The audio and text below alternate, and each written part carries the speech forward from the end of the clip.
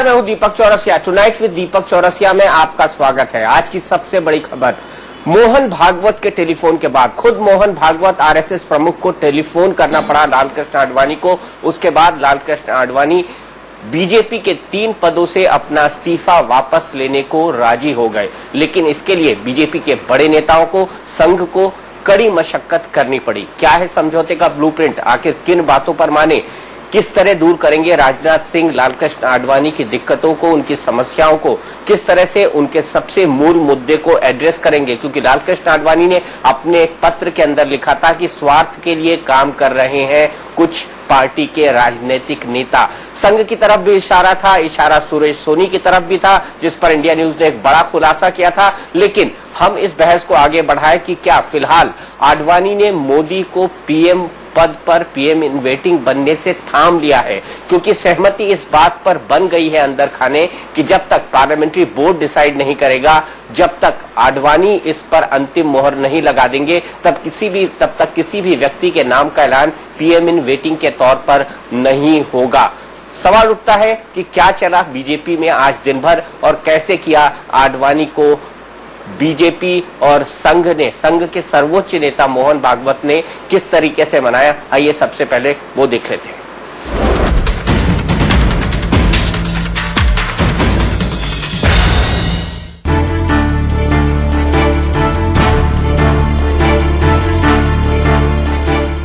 Meeting पर meeting, meeting पर meeting और नतीजा बीजेपी आला कमान और लालकृष्ण आडवाणी के बीच 48 घंटे से भी पहले सेटिंग हो गई।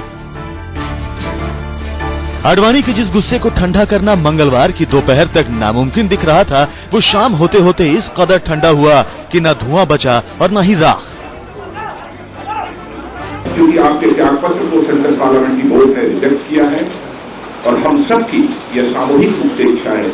सदैव आपने हम लोगों का नेतृत्व किया है, हम लोगों का मार्गदर्शन किया है। आज भी आपके नेतृत्व और मार्गदर्शन की आवश्यकता है।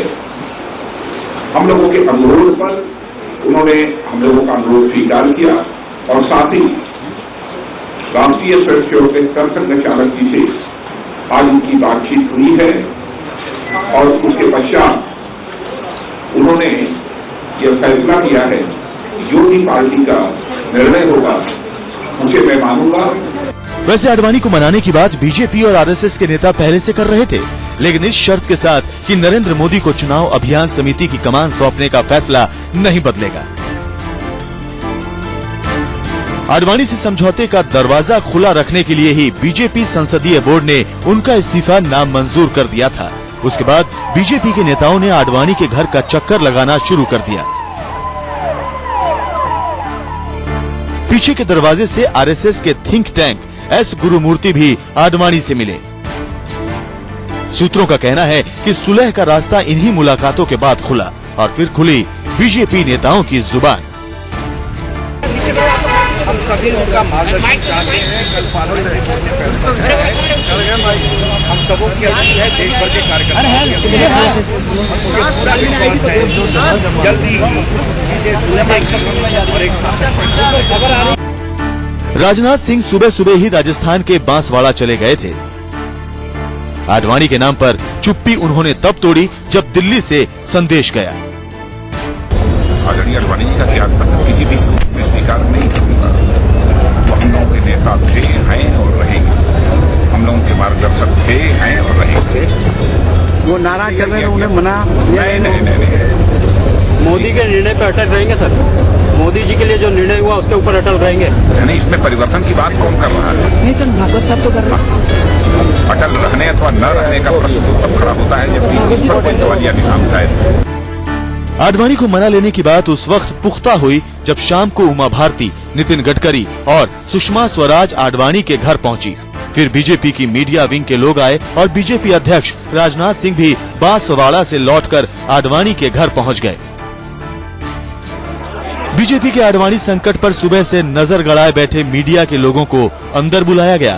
तब तक सुषमा स्वराज ऐलान कर चुकी थी कि सब कुछ ठीक हो गया है। अब बड़ा सवाल ये है कि जब राजनाथ सिंह कह चुके थे कि मोदी के नाम पर बीजेपी यू टर्न नहीं लेगी और आडवाणी तीखे शब्दों में बीजेपी को सिद्धांतों से भटकी हुई पार्टी बताकर इस्तीफा दे चुके थे, तो फिर समझौता कैसे हुआ? यू टर्न किसने लिया? फिलहाल जिस फॉर्मूले से आडवाणी का गुस्सा ठंडा हुआ है, उसके मुताबिक आडवाणी बीजेपी में मार्गदर्शक की भूमिका निभाते रहेंगे। प्रधानमंत्री पद के उम्मीदवार के बारे में कोई भी फैसला आडवाणी की रजामंदी से ही होगा। ये कहना चाहता हूं कि जिस भी मामले को लेकर, पार्टी की फंक्शनिंग को लेकर यदि आडवाणी जी को कोई शिकायत होगी तो मैं स्वयं पार्टी अध्यक्ष होने के नाते आडवाणी से बातचीत करूंगा। दिक्कत क्या है? हालांकि फौरी तौर पर ये लगने लगा है कि बीजेपी का घरेलू संकट खत्म हो गया है, लेकिन आडवाणी के इस्तीफे और बीजेपी में नरेंद्र मोदी के वर्चस्व के बाद एनडीए में विश्वास का जो संकट पैदा हुआ है, वो कैसे खत्म होगा, इसका जवाब किसी के पास नहीं है। मोदी के नाम पर नाक सिकोड़ती रहे जेडीयू के नेता कितने दिन तक बीजेपी के साथ रहेंगे, अब इसकी कोई गारंटी नहीं है। जेडीयू के मुख्य प्रवक्ता और पार्टी में नंबर 3 की हैसियत रखने वाले केसी त्यागी ने तो ममता बनर्जी की टीएमसी और नवीन पटनायक की बीजेडी को नया मोर्चा बनाने के लिए अपने साथ आने की पेशकश भी कर दी है। सूत्रों का कहना है कि एनडीए को एकजुट रखने से पहले बीजेपी को अपने परिवार की कलह खत्म करने की चुनौती से निपटना होगा। आडवाणी के बारे में कहा जा रहा है कि वो मोदी से नहीं बल्कि बीजेपी में आरएसएस की बढ़ती दखलंदाजी से नाराज हैं। अब बड़ा सवाल ये है कि क्या आडवाणी को मनाने के लिए बीजेपी संघ की दखल रोकने का दम दिखा पाएगी? अगर नहीं तो फिर कब तक फॉर्मूलों के दम पर टलेगा बीजेपी में फसाद? अजीत श्रीवास्तव के साथ मिथिलेश सिंह, दिल्ली, इंडिया न्यूज।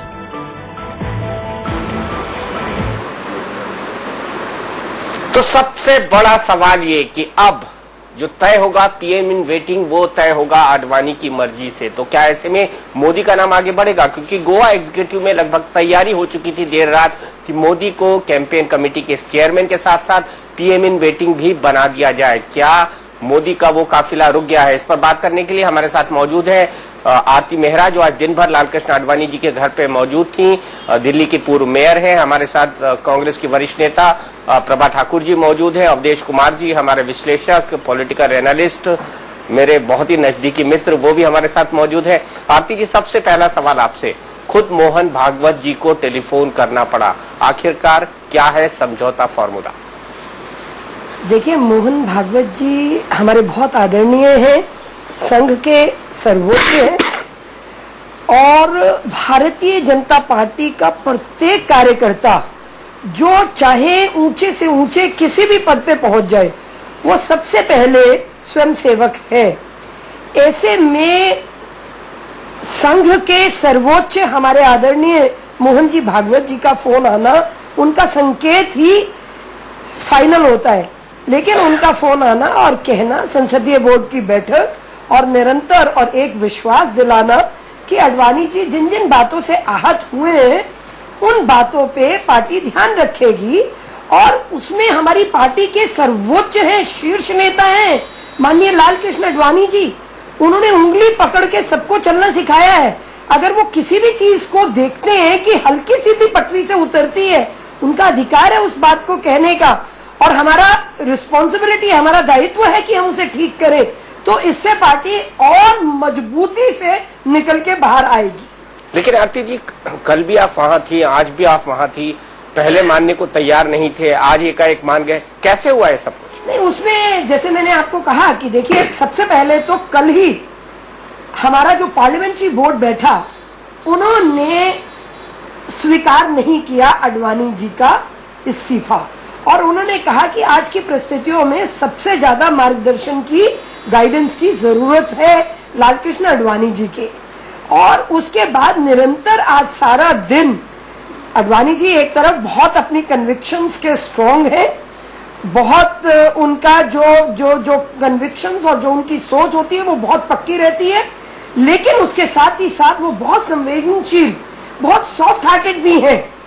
उन्होंने आज पार्टी के सभी प्रमुख नेता सबने उनसे एक अपील की और अपील के साथ साथ संघ के हमारे सबसे सर्वोच्च हमारे परम आदरणीय मोहन भागवत जी ने स्वयं उनसे बात करी और बात करने के बाद उन्होंने कहा कि बिल्कुल जो आपकी बातें हैं, जो भी उनमें बात हुई 15-20 मिनट, उसमें बात ये निकल के आई कि आडवाणी जी को लगा कि उनका जो पॉइंट है, जो वो पार्टी को सुधारने के लिए, जो पार्टी को और स्ट्रेंथन करने के लिए वो करना चाहते हैं, वो इसमें छन के निकलेगा।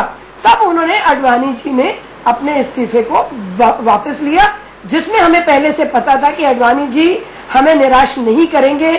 लाखों देश के कार्यकर्ता एक आशा भरी दृष्टि से देख रहे थे और उनमें एक ये भावना थी कि आडवाणी जी का वर्धक, आडवाणी जी का आशीर्वाद, आडवाणी जी का प्यार हम सब पे बना रहना चाहिए और वो रहा है।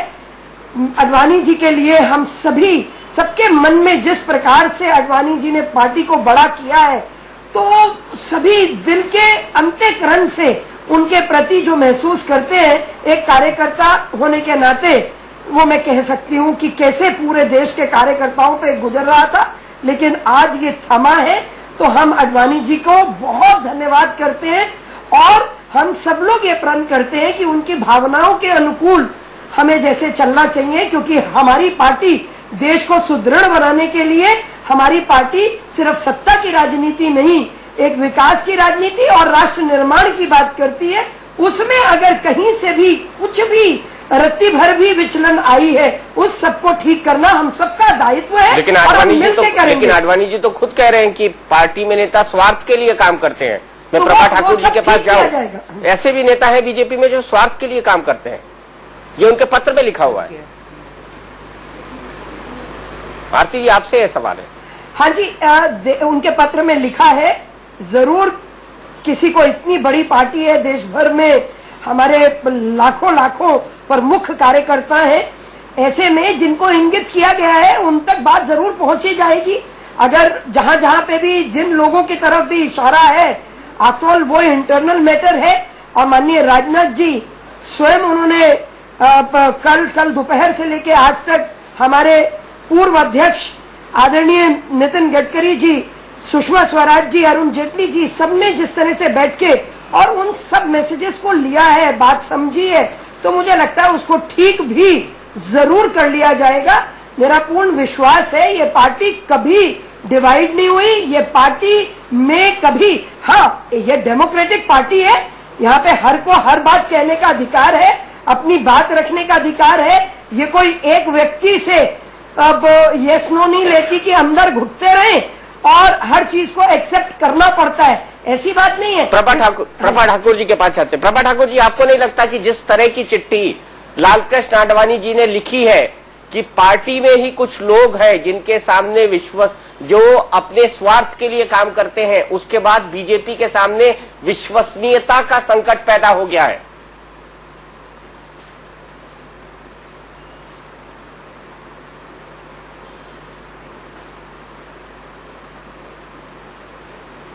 लगता है उनके साथ संपर्क नहीं हो पा रहा है। लेकिन मैं मूल प्रश्न के पास, अवधेश जी के पास जाऊंगा। अवधेश जी, सवाल मेरा सीधा, क्या फिलहाल के लिए आडवाणी जी ने थाम लिया है मोदी का पीएम इन वेटिंग का सफर? नहीं, मेरे लिए ये कहना कठिन है। देख लीजिए, आरती जी हम लोगों के मित्र हैं, उनके चेहरे पर मुस्कुराहट का कोई भाव नहीं है। दिन भर मैं वहां इनको देख रहा था, अब मुस्कुरा रही हैं वो, उस समय से बिल्कुल चेहरा एकदम गंभीर। दीपक जी, ये 36 घंटे फिल्म की तरह इसका आरंभ भी सस्पेंस में हुआ है। इसका अभी जो तात्कालिक पटाक्षेप है, मैं इसको अंत नहीं कह रहा हूं, तात्कालिक पटाक्षेप वह भी सस्पेंस में ही हुआ है।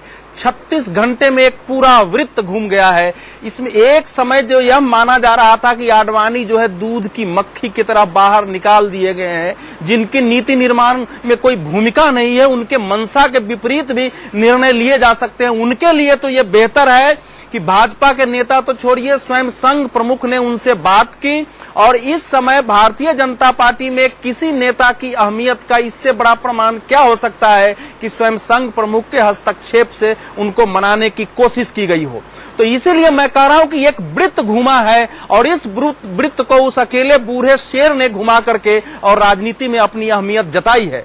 लेकिन ये कहना कि जो समस्या है उसका समाधान हो गया है, नरेंद्र मोदी का उन्होंने रास्ता रोक दिया है, ये बिल्कुल इस समय उचित नहीं होगा। आप लगातार खबर में दिखा रहे हैं दीपक जी, हम सबको मालूम था कि कल से लेकर के और आज तक एस गुरुमूर्ति की भूमिका कितनी महत्वपूर्ण रही है। जिस पार्टी के नेताओं में स्वयं अपने बड़े नेता को मना लेने की क्षमता नहीं है, जो बाहरी हस्तक्षेप से ऐसा कर पाता है, आप मानते हैं कि यह समाधान कर पाएंगे? संघ ने यह निर्णय किया हुआ है कि अरे वो तो घर के हैं अवधेश जी, गुरुमूर्ति तो घर के हैं, घर के हैं, लेकिन परिवार के हैं, घर के हैं। लेकिन ये भी खबर है, आप खबर रखते हैं, मैं भी थोड़ा थोड़ा किनारे किनारे वो जो नदी का फूल पत्ती की तरफ बहते हुए जो खबरें रखता हूं, कल उनके कहने पर ही सुषमा जी, वेंकैया जी सब उनके घर गए थे। आज सवेरे मेरे एक नेता से बात हुई, उनका आडवाणी जी के पास एक ही चारा है, या तो इस्तीफा वापस लेके आत्महत्या कर लें या संसदीय बोर्ड कहे कि जो कुछ भी वो कह रहे हैं मैं मानने के लिए तैयार हूं। बिल्कुल गलत। आडवाणी, आप आरती जी गलत तो मैं बोलता नहीं हूं, 14 मिनट आप बोलिए, 5 मिनट मुझे बोल लेने दीजिए। संघ ने नरेंद्र मोदी का चेहरा आगे करने का निश्चय किया हुआ है। ये क्या, और आडवाणी जी का जो विचार है वो बिल्कुल दो है कि हमको अन्य समुदायों के बीच जाना है, गठबंधन का विस्तार करना है। अगर नरेंद्र मोदी का चेहरा होगा तो आडवाणी का ये विचार कैसे फलीभूत होगा, कैसे साकार होगा, ये कहना कठिन है। दूसरी बात मैं कह रहा हूं कि आडवाणी जी स्वयं पत्रकार सम्मेलन में नहीं आए हैं, उन्होंने अभी ये प्रेस रिलीज जारी नहीं किया है अपने प्रेस रिलीज के जवाब में कि मैंने इस्तीफा वापस ले लिया है। जो राजनाथ सिंह जी की पंक्ति है वो ये है कि मोहन भागवत जी ने उनसे कहा कि संसदीय बोर्ड की बात आप माने, बाकी आपकी जो शिकायत है वो दूर की जाएगी।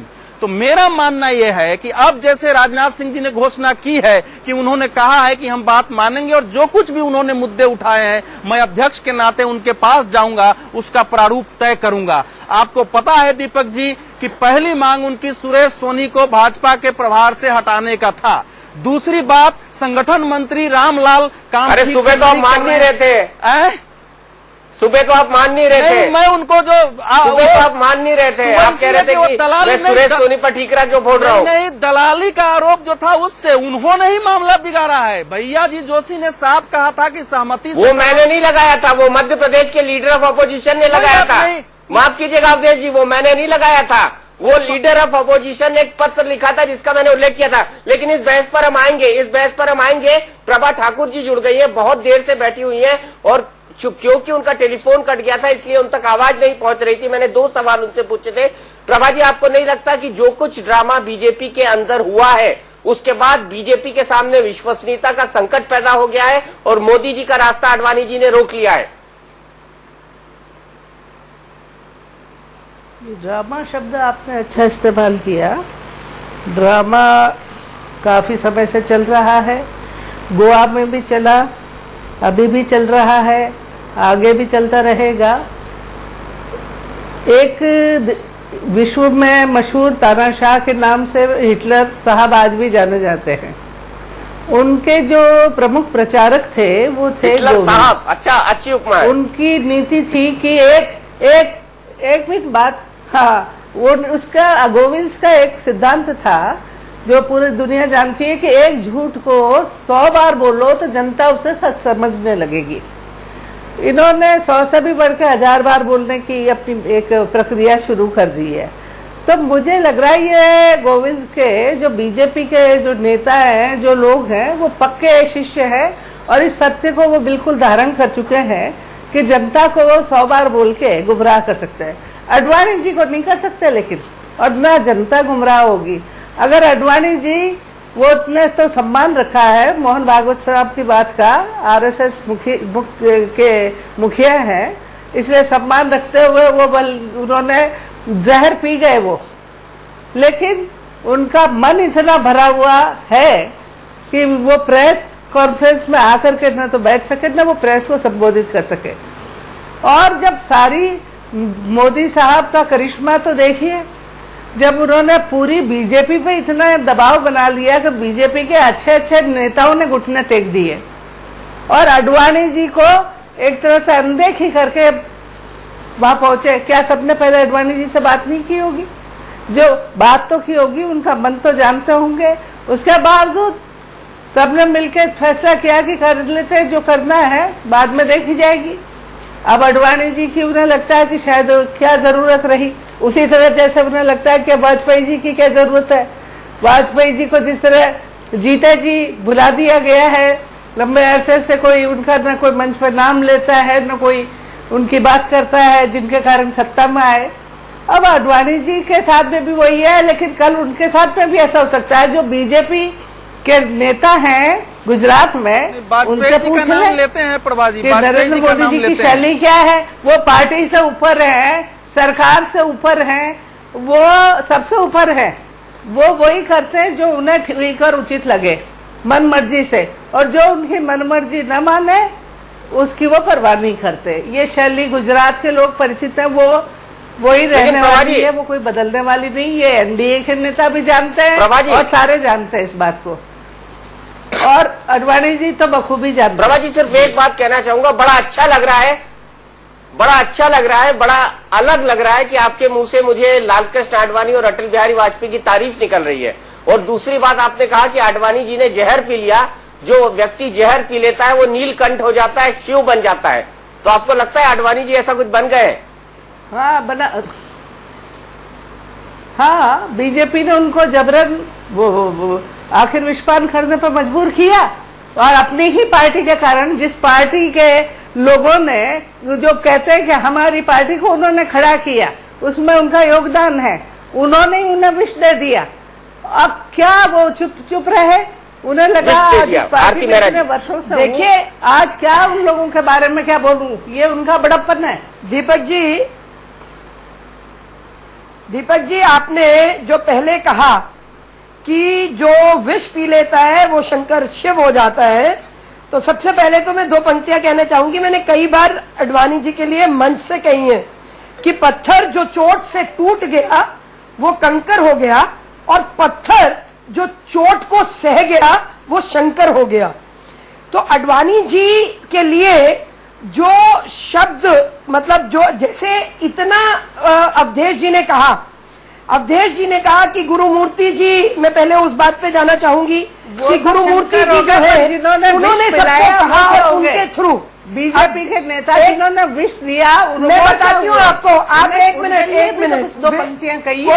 आप 1 मिनट, प्रभा जी बोलने दीजिए ना, आपके बीच में 1 मिनट नहीं बोले, प्लीज आप बोलने दीजिए। हाँ, बोलिए। आपकी मैंने बातों को नोट किया है। मैं अभी आपने कहा घुटने टेक दिए, आपने कहा मन से नाम नहीं लेते, और क्या? अटल जी, आडवाणी जी का नाम हर संवेदनशील नेता अपने मंचों से बैठ के हर जगह देश के कोने कोने में लेता है, पहली बात। दूसरी बात मैं ये कहना चाहती हूँ कि जनता जानती है, पूरे देश की जनता जानती है। राजनाथ सिंह जी ने भी नहीं लिया, राजनाथ सिंह जी ने भी नहीं लिया था। सारी हकीकत गोवा में उनका नाम आया ही नहीं मंच पर। बहुत बार नाम लिया। मैं वहां पे गोवा में, अवधेश जी, मैं गोवा में सारा टाइम वहां पे, हर भाषण मैंने सुना। अवधेश जी प्लीज आप वो मत कहिए कि मुझे आपको सीडीज मंगा के दिखानी पड़े। आप, राजनाथ जी ने बार बार नाम लिया है। मेरा आपसे ये कहना है कि आज प्रभा जी, जो आज ये हमारा कोई संकट नहीं है, कोई समस्या नहीं है, हमारे नेताओं में दम है, हमारे यहाँ पे लोकतंत्र जिंदा है। समस्या आपके यहाँ तो लोकतांत्रिक व्यवस्था में रहते हुए भी पूरी तरह से एक व्यक्ति का वाक्य आपके लिए आखिरी वाक्य होता है। मैं बहुत बार सोचती हूँ कि आप जैसे और आपसे सीनियर नेताओं को कितनी घुटन होती होगी, आपको घुटन होती होगी, बोल ही नहीं सकते। अगर आपको आप लोगों को घुटन करनी पड़ती है, राहुल गांधी जी इतने बड़े बड़े नेता, जो वंदना कर रही है, जैसे नेताओं को वंदना करनी पड़ती है। आप आडवाणी जी की जो हाथ जोड़ कर रहे हैं, आपके मनमोहन सिंह जी भी राहुल जी की वंदना करते हैं। यहाँ पे खुला एटमॉस्फेयर है, हाँ, विकृतियां हर जगह आती हैं। अब जब ये आप पार्टी है आरोप प्रत्यारोप पे तो कोई ये बात तो नहीं छिप जाएगी जो हुआ है। अगर वो आहत हुए, अब आप सत्य तो आहत हुए सत्य तो को छुपाने के लिए करने का जिम्मा ये तो आप लोगों की पुरानी शैली है, हमारा दोषारोपण करना, शीर्ष कमियां पूरी निकालना। तरह से, काम आप लोग पूरी करते तरह हैं, से जो काम करते हैं उनकी कमियां निकालते हैं। मनमोहन सिंह जी ने कभी किसी के लिए टिप्पणी नहीं कही, वो दिन रात काम करते हैं। प्रधानमंत्री जी, भारतीय श्रीमती जनता सोनिया पार्टी गांधी की जी कल्पना कभी नहीं किसी हो पर हल्की सकती, टिप्पणी नहीं हो नहीं की। सकती। अडवाणी जी का वज्रहस्त वो हमेशा विकास में लगी मेरे ख्याल से हमको एक एक करके बोलना पड़ेगा। अवधेश जी, मुझे अब यहाँ पर बीच में लाना पड़ेगा, बीच बचाव के लिए आपको। मैं तो आरती जी से मैं अपनी बात कर लूं, मैं अपनी बात कर लूं तो आरती जी से एक ही प्रश्न करूंगा कि इस समय आरती जी, इस समय अगर प्रधानमंत्री का उम्मीदवार आपको चुनना हो, आडवाणी जी खड़ा हो जाए और मोदी जी खड़ा हो जाए, तो आरती जी का वोट किसको जाने वाला है? इसी पर इसी से मैं कह रहा हूँ दीपक जी कि ये जो है ना, ये संकेत भाजपा में साफ हो गया है।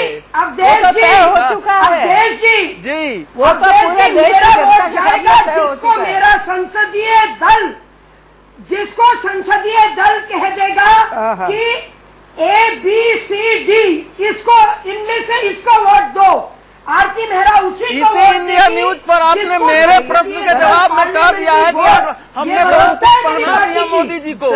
इसी इंडिया न्यूज पर आपने कहा है। यही है दीपक जी कि इस समय अच्छा अवधेश जी, इसी इंडिया न्यूज पर आरती जी से मैंने पूछा था, जब मोदी जी भाषण देने आए थे, मैं आपने मुकुट पहना दिया? हाँ, पहना दिया, यही उन्होंने कहा है। ये तो मोदी का नाम इस समय भाजपा के कार्यकर्ताओं में लहर पैदा करता है। और संघ के सामने, भाजपा के सामने समस्या है कि जो 10% का कांग्रेस से वोट का गैप है वो कौन भरेगा? तो वो चेहरा अब लाल कृष्ण आडवाणी नहीं हो सकते हैं, वो चेहरा मोदी ही हो सकते हैं। इसीलिए मैं कह रहा हूं कि राजनाथ सिंह को भी जो ये निर्णय करना पड़ा था, एक दबाव में करना पड़ा था। मैं बार बार कहता हूं कि मोदी एक ऐसा तूफान बन के आया है कि एक बड़ी पारी वो खेलेगा ही। उस पारी से इस समय उसको कोई हटा ही नहीं सकता है। ये आडवाणी जी का जो आज का ये समझौता है, एक प्रभा ठाकुर जी को आप ये कह रहे हैं? जी, अवधेश जी, प्रभा जी हमारे, मोदी जी भारतीय जनता पार्टी के हैं। मोदी जी विकास पुरुष के रूप में अडवाणी जी ने 100 बार मंचों से कहा है। अवधेश जी, आज वो प्रधानमंत्री की, और आप मुझे कह रहे हैं, मेरी बात मुकुट वाली आपसे नहीं हुई है, लेकिन फिर भी मैं कहना चाहती हूँ, तो आज भी कहती हूँ कि मोदी जी हमारे बहुत लोकप्रिय और बहुत प्रिय नेता है। आज उसका सवाल नहीं है, और ना ही अडवाणी जी मोदी जी के नाम पे कोई उठा रहे। उनका सिस्टम और तरीके या कुछ व्यक्तियों के विषय में अगर उन्होंने उठाया है, तो पार्टी की जो कुछ गतिविधियां अगर वो कहीं पे भी डिरेल हुई है, तो हमें उसे प्रॉपरली करना है। बात विषय उसका है, बात मोदी जी, और उसमें मत उलझाइए आप। मेजर इशू के लिए तो आडवाणी जी उठाते हैं, एक ही है संघ का इस बारे में कोई दो राय नहीं है कि मोदी अगले चेहरा होने हैं। केवल उनका ये था कि इस समय आडवाणी की नाराजगी सबके लिए प्रथमाग्रह से होगी, इसलिए इसका समाधान अभी निकालो। ये संभव है दीपक जी कि भाजपा के प्रभारी राष्ट्रीय स्वयंसेवक संघ से बदले, कोई नया संगठन मंत्री आए, लेकिन आडवाणी जी जो कुछ चाह रहे हैं, अगर उनकी चाहत ये है कि एनडीए के साथ रहते हुए चुनाव लड़ें और उसमें अगर चेहरा न देना पड़े मोदी का, तो वो भी पार्टी स्वीकार कर ले, इसमें मुझे बहुत संदेह है कि ये निर्णय पार्टी और संघ करेगी। समय आडवाणी जी के हाथ से आगे जा चुका है, इसको उनको स्वीकारना पड़ेगा। लेकिन पार्टी ने जिस ढंग से उनके साथ ये व्यवहार किया था वो बिल्कुल अस्वीकार था। उसके लिए उन्होंने जो आवाज उठाई है उसकी पूर्ति उनको भी मालूम है कि ये संभव नहीं है, लेकिन वो भी स्वयं अपने प्रतिष्ठा के लिए आने वाले समय में देखिएगा कि स्वयं कोई न कोई रास्ता निकालने की आडवाणी जी कोशिश करेंगे। आज उस दिशा का यह पहला कदम था। चलिए, माना आपने आज इस दिशा का पहला कदम था। सीधे प्रभा ठाकुर जी के पास चलता हूं। प्रभा ठाकुर जी, चुनौती अब आपके सामने बड़ी है, क्योंकि आप लोग सोच रहे थे बीजेपी वाले आपस में लड़ लेंगे, आपस में लड़कर निपट जाएंगे, 2014 में आप फिर से चुनाव जीत जाएंगे। लेकिन ये तो 36 घंटे 28 घंटे में एकजुट हो गए। अब क्या होगा कांग्रेस का? अब तो मोदी और आडवाणी एक एक साथ है। ऐसा है, जो वो जन्नत की हकीकत जिसे कहते हैं ना, मालूम है जन्नत की हकीकत, लेकिन दिल के खुश रखने को गालिब ये ख्याल अच्छा है। इस ख्याली पुलाव में बीजेपी है, लेकिन किस दिल से तो आडवाणी जी तैयार हुए हैं, और जब दिल नहीं मिले तो हाथ मिलाने से क्या होगा। दूरियां और खाइयां हैं वो अभी बढ़ी हैं, अभी शुरुआत हुई है। सम्मान सहित जिस तरह बीजेपी ने आडवाणी जी को अपमानित किया है, बड़े सम्मानजनक संबोधनों के साथ जिस तरह बीजेपी ने अपने सबसे वरिष्ठ नेता को, आडवाणी जी को जिस तरह अपमानित किया है, निरंतर कर रहे हैं, वो एक, मैं तो कहती हूँ धन्य है कि एक उनकी ही क्षमता है जो इतना ज्यादा झूठ पर झूठ बोल सकते हैं, ऊपर से अंदर कुछ और बाहर कुछ और। हालांकि ये उनकी एक पुरानी तरीका है, कहते कुछ है करते कुछ है, और अंदर कुछ है बाहर कुछ है। मंदिर बनाएंगे, चंदा इकट्ठा कर लिया करोड़ों अरबों का, मंदिर का पता नहीं, वो पूजी हुई ईंटें जो माँ बहनों ने पूज के श्रद्धालुओं ने भेजी, वो पता नहीं कहाँ गई। कहीं किसी ने बताया अयोध्या पर कुत्ते उन पर पेशाब कर रहे हैं, और कहाँ पड़ी है, कहाँ टूटी, कौन सा बारिश में गली, कितने उस चंदे का क्या हुआ, कुछ पता नहीं। तो ये तो इनका शैली है, परंपरा है, उसी से चलेंगे। और ये दिखने में तो करेगा आप, ये एक बचाइए। ये बहुत पवन बंसल से लेके ऐसा है, बचाना देश का रुपया आप खा गए, ऐसा है, बचा के रखिए। ऐसा है, बोलती चली जा रही है, को बचाना होता तो उनके यहाँ पे रेल नहीं पड़ती। हमें तो किसी ने नहीं बोला, कांग्रेस पार्टी बीजेपी की तरह नहीं है। अपराधियों को अगर कोई भी दोषी पाया जाता है सीबीआई की कार्रवाई में, कांग्रेस पार्टी सरकार हमारी कोई बाधा नहीं डालती, सीबीआई का जो करना होता है वो करती है। किस तरह से रेट पड़ रहे हैं राजा कलीमोहन जी, सुरेश कलमाडी, हमारे प्रधानमंत्री ने लूट के खा रहे हैं, और लाखों करोड़ रुपए खा रहे हैं। कहा कि जो जैसा करेगा वैसा मुझे लगता है हमको विषय से नहीं भटकना चाहिए। बदल जाएगी। अब ये तो आप क्या बोल रहे हैं? आपकी सच्चाई तो मैं वो बता रही हूँ जो संवैधानिक संस्थाएं बोल रही हैं, जो संवैधानिक संस्थाएं बोल रही हैं। एक मिनट पीस। तो आप पिछली बार भी बोली है ऐसे बीच में, तो मैं आपको बोल रही हूँ कि आप कहाँ भटक रही हैं, आप कहाँ अगर आप मंदिर इशू याद दिलाएंगी तो मैं देश को याद दिलाऊंगी। पवन बंसल भूले नहीं है लोग, सुरेश कलमाडी को भूले नहीं है, और ये सारे भारतीय जनता पार्टी नहीं है, वो हमारी कॉन्स्टिट्यूशनल नहीं है। मतलब झूठे दोष लगाते हैं सोनिया जी पर और प्रधानमंत्री जी पर। मेरे ख्याल से आरती जी, लेकिन जनता देख रही है। अगर आरती जी और प्रभा जी, अगर कोई दोषी है तो हमारी सरकार देख रही है। हम मूल मुद्दे से भटक रहे हैं। हम बीजेपी की अंदरूनी कलह पर बात कर रहे हैं, हम एनडीए की कलह पे बात कर रहे हैं। इसीलिए मैं सीधे साबिर अली के पास जाऊंगा। साबिर अली जी, आप नवीन पटनायक, ममता बनर्जी के साथ मिलकर एक नया फ्रंट बनाने, पुरानी शैली है, जनता को भटकाने में बनाने को राजी है। क्या आप एनडीए छोड़ने जा रहे हैं साबिर अली साहब? जनता नहीं भटकने वाली। दीपक जी, मैं सुन रहा हूँ, जनता नहीं भटकने, लेकिन आपको पता है कि जब मैं आपको बताऊं कि सिर्फ इतना मैं कहना चाहता हूं कि जो इन दिनों में मामलात हुए, बीजेपी की अंदरूनी मामला जरूर है, इसमें किसी दूसरे पार्टी को यह औचित्य नहीं होता है कि उसमें बहुत टिप्पणी करे। लेकिन साथ साथ जब बीजेपी का हो या जनता दल यूनाइटेड का हो या किसी और पार्टी का हो, जब चैनलों पे आके पब्लिक डोमेन में आ जाती है कोई बात, तो चर्चा शुरू होती है। और चैनलों पे आके बात करने का मतलब है कि आप पब्लिक से मुखातिब हैं और अपनी बातों को रखना चाहते हैं। मैं इसी संदर्भ में मैं इतना कहूं दीपक जी कि ये घटना कहीं ना कहीं एक निशान बाकी जरूर रख देगी। सच्चाई यही है, चाहे जो कुछ भी हो, कल मैं कहूं अपने बारे में या कोई और कहे, लेकिन जब कहीं खराश लग जाती है, लकीरें खिंच जाती हैं, दरारें अट जाती हैं या जख्म हो जाते हैं, तो वो भले पट जाएं लेकिन निशान बाकी रह जाते हैं। और मैं समझता हूं कि एनडीए के लिए या जिस पार्टी में हुआ उस संदर्भ में ये ठीक नहीं है। इतना जरूर कहा जा सकता है, चूंकि एलके आडवाणी वो शख्सियत है, चाहे उनकी विचारधारा जो रही हो, वो ऐसी शख्सियत है कि 60 साल में आज की तारीख में हिंदुस्तान की तवारीख में उतना कद्दावर लीडर जो लंबी राजनीति सफर किया हो कोई और दिखाई नहीं देता।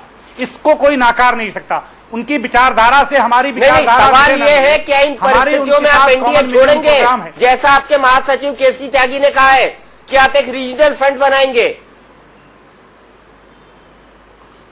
नहीं, ऐसा मैं आपको कहूं कि केसी त्यागी जी ने क्या कहा मैं उस पर नहीं कमेंट करना चाहता हूं, लेकिन शरद यादव जी, नीतीश जी ने कहा वो कि हमारी पार्टी जल्द मीटिंग बुलाएगी अपने वर्करों को, अपने नेताओं को, और उसमें दोनों मेरे आदरणीय नीतीश कुमार जी, शरद यादव जी बैठेंगे। और मैं समझता हूं जो निर्णय होगा वो बहुत महत्वपूर्ण निर्णय होगा और निर्णायक निर्णय होगा, और वो पूरे देश के सामने जरूर आपको बहुत अतिशीघ्र देखने को मिलेगा। नहीं, क्या होगा? एनडीए से बाहर जाने का, बीजेपी से नाता तोड़ने का? अब तो मोदी भी कैंपेन कमेटी के चेयरमैन बन गए हैं। दीपक जी देखिए, मैं उन व्यक्तियों में से नहीं हूं जिस कोई बात ऐसी कहूं और कल उससे हमको मुकरना पड़े या पीछे हटना पड़े या हम उसको बातों को लपेटने के लिए और समेटने के लिए मुझे 10 और बात कहना पड़े। मेरी नेचर और मेरी आदत उसमें से नहीं है। इसलिए मैं सिर्फ इतना ही कहता हूं कि मेरे वरिष्ठतम नेताओं ने कहा है मीटिंग बुलाई जाएगी, और मैं समझता हूं कि आप भी बड़ी भाली बात हैं और देश जानता है कि मेरी पार्टी का लाइन क्या है, उसमें कोई समझौता नहीं। चलिए, आपकी पार्टी का लाइन क्या है? इनके साहब, आपको लगता है कि जेडीयू इस बहाने पर एनडीए छोड़कर एक रीजनल फ्रंट बना सकता है बीजेपी की अंदरूनी हालत को देखते हुए? देखिए, जेडीयू अपने कार्ड्स की कोशिश कर सकता है। जी हाँ, जेडीयू अपने कार्ड्स ओपन रखेगा, लेकिन आज शाम को जो फैसला हुआ है उसने तीनों की गरिमा को घटाया है। आडवाणी की गरिमा भी घटी है, बीजेपी की गरिमा आडवाणी जी ने अपने पत्र से घटा दी थी, जो पहले 2 दिन पहले कर दिया था। संघ ने आडवाणी जी की गरिमा घटा दी थी। कुल मिला के ये पूरा जो प्रकरण 2 दिन का रहा है उससे तीनों की गरिमा घटी है। अब जहां एक प्रश्न और आता है कि आडवाणी जी स्टेट्समैन हैं और दूसरी तरफ मोदी वोट कैचर हैं, दोनों को क्या साथ लेके नहीं चला जा सकता था? आप यहां फर्ज कीजिए कि आपके चैनल के ऑफिस के आगे माधुरी दीक्षित का डांस हो रहा हो, एक परफॉर्मेंस हो रहा हो, और दूसरी तरफ कॉन्स्टिट्यूशन पे एक डिबेट हो रहा हो। नेचुरली दूसरे वाले में बहुत कम जनता होगी, पहले वाले में जनता की भारी भीड़ होगी। मोदी का पूरा जो पॉपुलैरिटी है उसमें मोदी आपको माधुरी दीक्षित लगते हैं? नहीं, उसमें जो पूरा का पूरा है उसमें कंपेयर करिए, कंपेरेबल्स पे कंपेयर किया जाता है। आडवाणी 86 साल की उम्र में एक स्टेट्समैन है, उनका मकान दूसरा है। बीजेपी को लेजिटिमेसी अगर मिलती है तो आडवाणी की शख्सियत से मिलती है, इसलिए कंपेरेबल्स में कंपेयर करना चाहिए। आडवाणी आज से एक जमाने पहले 2 एमपी से 186 एमपी तक आडवाणी लाते हैं, इसलिए आज उनको चूंकि वोट कैचअप नहीं है तो आप उनको किनारे कर दे, ये होता नहीं है। लिहाजा आडवाणी को भी वही सम्मान दिया जाना चाहिए था और मोदी को पूरी तरह से आप ले आइए, क्योंकि वही आपको इस बैतरणी से पार करा सकते हैं। दोनों को साथ रख के चलते तो शायद बहुत अच्छा होता। और आज आप देखिए, जब ये समझौता हुआ उसके पीछे मोहन भागवत जब बात करते हैं तो आप ध्यान रखिए कि एलाइज का दबाव भी रहा है। एलाइज ने जब ये धमकी दी कि तो ठीक है वी विल ऑप्ट आउट, तब जाके ये होता है। तो कहीं ना कहीं मुझे लगता है कि सॉल्यूशन अभी पूरी तरह नहीं हुआ है। मुझे लगता है अगले 48 घंटे में मोदी भी तन के खड़े होंगे कि नहीं, मुझे एब्सोल्यूट फ्रीडम चाहिए और इस बीच में किसी की दखल नहीं चाहिए। मुझे अभी भी लगता है कि ये सॉल्यूशन कोई बड़ा टेंजिबल नहीं है। आने वाले दिनों में इस सॉल्यूशन से बहुत ज्यादा हल नहीं निकलने जा रहा है। तो ये आपका कहना है कि 36 घंटे फिल्म के बाद 48 घंटे की और टेंजिबल नहीं है, हल नहीं निकल रहा है। बीजेपी दीपक जी एक कह रहे हैं कि 36 घंटे फिल्म के बाद, आरती जी 1 मिनट बोलिएगा, 48 घंटे की फिल्म अभी और आने वाली है। ये अभी फिल्म का केवल मध्यांतर है। मैं केवल एक इसमें संशोधन चाहूंगा कि उस पर एनके सिंह विचार करे कि हर पहलवान की एक उम्र होती है। उस उम्र के बाद उसको खलीफा बनके जो भी उसके अखाड़े होते हैं वहां खाट पर बैठ के सिखाना पड़ता है। ये उस खलीफा को समझना चाहिए कि समय की आवाज। लेकिन उनको बता दें, एक पहलवान दारा सिंह भी होता है। हाँ, एक पहलवान दारा सिंह भी होता है जो ताउम्र लड़ता है, उम्र तक दारा सिंह ने पहलवानी लड़ी थी। अवधेश जी आप बहुत ऐसी संज्ञाएं दे रही हैं जो कि मेरे दिल को बिल्कुल अच्छी नहीं लग रही। आपने पूरी इस चर्चा के शुरू में कहा दूध की मक्खी की तरह। देखिए आडवाणी जी वो चीनी है, वो मिठास है जो उस दूध को इतना अच्छा करते हैं। वो पार्टी के सबसे सौम्य वरिष्ठ खड़ा करने वाले विजनरी स्टेट्समैन, एक ऐसे नेता हैं जिनकी तरफ पूरी पार्टी के कार्यकर्ता आशा और प्यार भरी दृष्टि से देखते हैं कि उनका आशीर्वाद हमें मिलता रहे। तो मैं आपसे ये कहना चाहती हूं कि ये जो एपिसोड हुआ है, उस एपिसोड को करने का दम हमारे नेता में था कि उन्होंने सिचुएशन को, और आप देखिएगा कि इस सबके बाद 48 घंटे का ये मध्यांतर नहीं है, इसके बाद आप देखेंगे कि किस तरह से और स्ट्रेंथन होकर पार्टी और मजबूती से बाहर आती है। 2014 का जो चुनाव है भारत में जिस तरह से लड़ा जाएगा और जिस तरह से एक होकर लड़ा जाएगा, आप देखिएगा कि भारतीय जनता पार्टी एक विकल्प है जिसे देश की पूरी जनता आशा भरी नजरों से देख रही है। और सब तो ठीक है, लेकिन ये जो जख्म है इसके निशान तो रहेंगे, जैसा साबिर भाई कह रहे हैं, इसके निशान तो रहेंगे। ये इतनी आसानी से सुलझने वाला नहीं है। कई बार चोट जब ऐसी होती है तो उसकी सर्जरी की जरूरत होती है। तो मतलब और उसके निशान सर्जरी कराएंगे? नहीं, उसकी कोई जरूरत ही नहीं पड़ेगी, उसकी जरूरत ही नहीं पड़ेगी। मैं जानती हूँ अपनी पार्टी को, 33 साल मुझे इस पार्टी में हो गए। पत्र का यही अर्थ है कि पार्टी राजनीति के बाद से लेकर आज तक इसमें मरहम और पट्टी करके इसका एक दाग तक नहीं बचेगा। वो नीति भी, वो नियम भी, वो चेहरे भी, वो नीति निर्णय की प्रक्रिया भी, ये साफ साफ आडवाणी जी के पत्र से ही है कि सर्जरी की जरूरत है। और आरती जी, हम लोग तो उनके प्रति सम्मान रखते ही हैं। हमारे में और दीपक जी थोड़े सम्मान में कमी है। उनका तो सम्मान पार्टी ने किया है कि बेचारे और स्वस्थ थे और उनको राजनाथ जी घोषित कर रहे थे कि वो बीमार पड़े हुए। तो ये तो जेपी वाली हालत हो गई कि जयप्रकाश नारायण जिंदा थे और रेडियो में अनाउंस हो गया कि उनकी मृत्यु हो गई। आप पत्रकार हैं, लेकिन उससे पहले आप भारतीय हैं।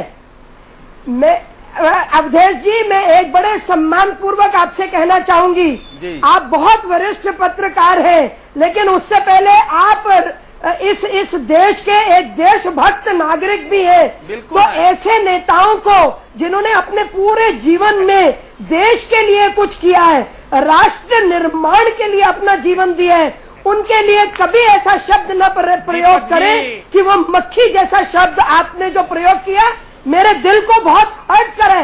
इसलिए मैं आपको पुनः बोल रही हूं, मेरा आपसे सम्मान पूर्वक आग्रह है कि आप अपने शब्दों का, तो आपके पास इतना बड़ा पूरा समुद्र है, उसमें चुन चुन के सुंदर शब्द बोले। और खास तौर पे ऐसे लोगों के लिए, आप हमारे लिए कुछ भी बोल सकते हैं, लेकिन ऐसे लोगों के लिए जिन्होंने जीवन अपना दिया है, समय आडवाणी जी के समर्थक हो गए हैं ना, तो उनके पीरा के शब्द निकलते हैं। पीरा के वो भाजपा के इस समय के नेताओं के विरुद्ध है, जिसके बारे में आडवाणी जी कहते हैं कि ये सब पर्सनल एजेंडा पर चल रहे हैं। हम कहाँ करें, उसमें आपका नाम नहीं है आरती जी, ये भी एक जिसका नाम है वो भी हम लोगों को पता है किसके बारे में कह रहे हैं। मेरा कहना है कि आडवाणी को संभाल के रखना आपकी जिम्मेवारी है। ये बता दीजिए अवधेश कुमार जी, नाम किसका है? आप खुद जानते हैं, थोड़ा कहेंगे प्रकाश डालिए, ये नाम किसका है? 2 नाम तो हम लोगों ने ऐसे ही ले लिया जिनके कहने से सारा कुछ हो रहा है, लेकिन उसमें मैं बताऊं आपको, उसमें राजनाथ सिंह का भी नाम है। वो कहे थे राजनाथ सिंह अध्यक्ष न बने, आडवाणी जी की सीधी सीधी बात थी, आडवाणी वो अध्यक्ष बने हैं, कई नाम है उसमें। वो इस समय तो सारा गफलत राजनाथ जी ने उनको रखा था आडवाणी जी को, वो स्वस्थ पड़े थे और स्वस्थ होने की घोषणा कर रहे थे। मैं आपकी पूरी तरह से खंडन करती हूँ, इस तरह के क्यास न लगाए, आप खंडन करती हूँ, इस तरह के क्यास मत लगाइए। चलिए, कयास पर बात हो रही है, मैं एक और कयास लगाने के लिए चलते हैं। के पास 2009 में संपादक प्रेम शुक्ला जी 2000 प्रेम जी 2000 अब देखिए, एक मिनट आपके पास आ रहा हूँ, एक मिनट आपके पास आ रहा हूँ। पूरी फुटेज आप मत खाइए, पूरी फुटेज आप मत खाइए, प्रेम शुक्ला जी को भी दीजिए थोड़ी सी। प्रेम शुक्ला जी, सीधा सवाल मेरा, क्या आडवाणी जी के साथ जो हल निकला है वो एक सम्मानजनक हल है? क्या उनके सम्मान की रक्षा की गई है इस हल में? नहीं, आडवाणी जी का सम्मान तो भारतीय जनता पार्टी, राष्ट्रीय स्वयंसेवक संघ और हिंदुत्व को मानने वाले सारे लोगों को करना ही होगा, और सारे लोगों ने किया। मोहन राव जी ने उनसे बात की, गुरुमूर्ति जी और मुरलीधर राव वहां गए। बीजेपी ने क्यों नहीं किया? राजनाथ सिंह ने कल से ही लगातार जा रहे हैं। प्रेम शुक्ला जी, बीजेपी ने क्यों नहीं किया? लेकिन ये लेटर लिखने लग गया। लेकिन जैसे ही पत्र लिखा उसका परिणाम भी तो आप देख रहे हैं। तत्काल पूरी भारतीय जनता पार्टी में पीड़ा की लहर उठी और सारे के सारे लोग दौड़े।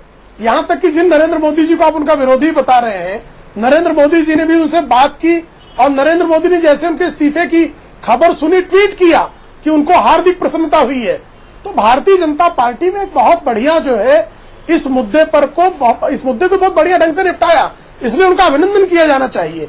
उनका हम लोग जिस तरह से पूरी तरह से कि भारतीय जनता पार्टी में आग लग गई है, नष्ट हो जाने वाली है, ऐसी कोई स्थिति नहीं आई है। ये सारी स्थितियां तो कांग्रेस में आती है कि वहाँ सीताराम केसरी जी लतियाए जाते हैं, वहाँ पीवी नरसिम्हा राव जी का पार्थिव जो है वो 24 नंबर रोड आने नहीं पाता है, वहाँ जितेंद्र प्रसाद अगर फॉर्म भर देते हैं तो रपट लिया जाता है। ये भारतीय जनता पार्टी में ऐसा नहीं होता। तो एक अच्छा उत्तम उदाहरण दिया है पूरे संघ परिवार ने। आडवाणी जी को सम्मान दिया गया है, आडवाणी जी ने उस सम्मान को स्वीकारा है, और मुझे लगता है कि वो मार्गदर्शन करते रहेंगे, इस स्थिति को भी स्वीकार करेंगे। अच्छा, एक आखिरी सवाल, मैं सबसे आखिरी सवाल लूंगा, क्या आडवाणी जी ने मोदी के पीएम इन वेटिंग का रास्ता रोक दिया है? प्रेम शुक्ला जी, आपने मुझसे नहीं पूछा।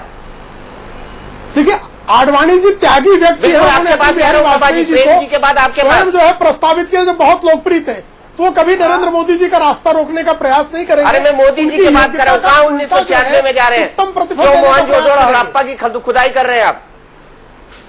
मैं मोहन 2013 की बात करिए, प्रभा ठाकुर जी, क्या मोदी जी का रास्ता रोक दिया है? मैं ये कह रही हूँ कि अभी जैसा प्रेम शुक्ला जी खुद ही बोल रहे थे कि बड़े अच्छी तरह इन्होंने आडवाणी जी को बीजेपी ने निपटा दिया। तो स्थिति यही है, न कोई हल निकला है और न कोई सम्मानजनक है। सम्मान की तो इसमें बात ही नहीं है। जिस तरह का सम्मान हो रहा है पूरा देश देख रहा है, और जनता जनार्दन है। मैं कुछ भी कहूँ, कोई कुछ भी कहे, असलियत सबके सामने है। और क्या कोई अगर जैसे घर में कोई बुजुर्ग हो जाए तो उसको एकदम किनारे लगा दिया जाता है, ये छोड़ के कि अब इसकी कोई जरूरत नहीं है, इसको किनारे पड़ा रहने दो। सीताराम केसरी का ये सम्मान होता है किसी बुजुर्ग का, वरिष्ठ का। अब उसकी राय की अगर जहां तक वोट कैचर का सवाल है ना, तो इस देश में चलिए फिर अब आगे ना जाए, मेरे पास सिर्फ 2 मिनट है, सिर्फ 2 मिनट है, सिर्फ 2 मिनट है। आरती मेहरा जी, क्या मोदी जी का रास्ता रुक गया है? बिल्कुल नहीं। पहली बात जो प्रभा ठाकुर जी ने कहा, भारतीय जनता पार्टी में किसी को निपटाया नहीं जाता। इनके यहाँ जैसा नहीं है कि चिदम्बरम शीला दीक्षित को बचा लो और पवन बंसल को निपटा दो, नवीन जिंदल को निपटा दो। भारतीय जनता पार्टी में पीएम का फैसला संसदीय वोट करेगा, उसी ने करना था और वही करेगा। साबिर अली जी, आपके कंक्लूडिंग कमेंट, वक्त मेरे पास कम है। अलग होंगे एनडीए से? मैं सिर्फ इतना ही कहूंगा कि बरसात का बरसात का मौसम है। बरसात के मौसम में जब रोड बनते हैं तो कहीं न कहीं अंदर ऊपर से जरूर बराबर दिखाई देता, लेकिन दलदली अंदर रहती है।